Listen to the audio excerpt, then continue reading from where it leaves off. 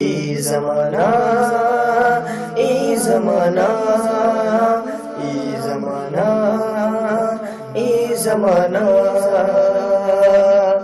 خبروں کی وادی کے کشمیر کا رنگ، خبروں کی وادی کے کشمیر کا رنگ بتاتا ہے جس میں وہ ہے ای زمانہ، ای زمانہ ای زمانہ ای زمانہ ای زمانہ۔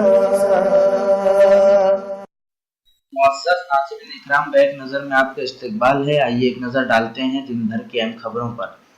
امریکہ نے بشار الاسد پر کیمیائی حملے کا الزام عائد کر دیا۔ نایاب گلابی ہیرے نے نیلامی کے ریکارڈ توڑ دیے۔ شمالی کوریا نے سمندر میں میزائل داغ دیا۔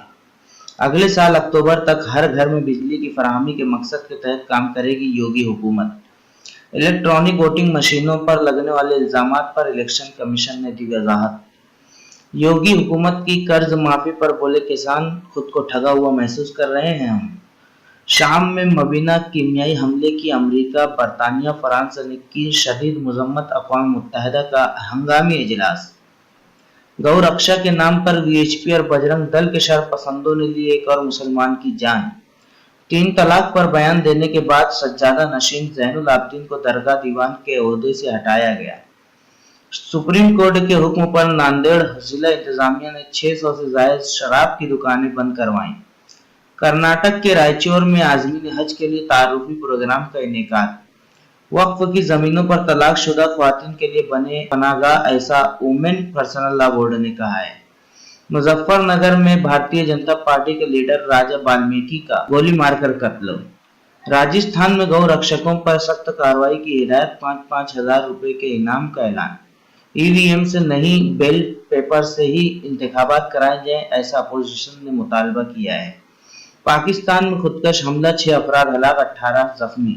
سدھارتھ نگر میں ایس ایچ او سے بدسلوکی کے الزام میں 6 پولیس اہلکار معطل۔ خلیل آباد ریلوے اسٹیشن سے ڈومریا گنج اور بہرائچ تک نئی ریلوے لائن بچھانے کے لیے سروے کا کام مکمل۔ اتر پردیش کے مرزا پور میں ٹریکٹر ٹرالی پلٹ گئی، 3 ہلاک، متعدد زخمی۔ وزیر اعظم مودی کا بابو جگ جیون رام کو زبردست خراج عقیدت۔ ہندوستان میں داعش کے حوالے سے کسی تشویش میں مبتلا ہونے کی ضرورت نہیں، آج وزیر داخلہ راجناتھ سنگھ نے پارلیمنٹ میں کہا ہے۔